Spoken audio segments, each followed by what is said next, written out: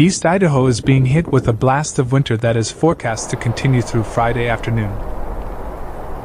The storm arrived in East Idaho's higher elevations on Thursday, and by early Friday morning the precipitation was falling on the lowlands as well. The National Weather Service has issued winter weather advisories for East Idaho, warning the public about the hazardous conditions on the region's roads. As of 10 a.m., there had already been several Friday morning wrecks and slide-offs on local roads.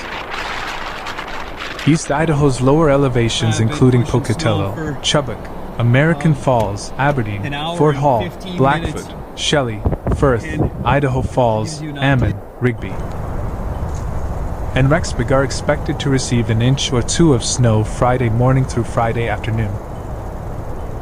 Up to 4 inches of snow could fall on much of the rest of East Idaho, including the Malta, Rockland, Arbon, Holbrook, Ingham, McCammon, Aramo, Downey, Lava Hot Springs, Malad, Preston, Street, Charles, Montpelier, Georgetown, Paris, Grace, Soda Springs, Bancroft, Wayne, Henry, Swan Valley, Palisades, Bone and Victor areas.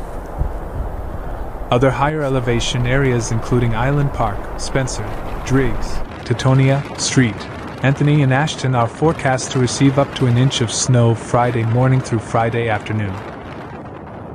East Idaho's higher mountaintops can expect up to 7 to 9 inches of snow depending on the storm's severity. Winter weather warnings are also in effect in Utah, Wyoming and Montana.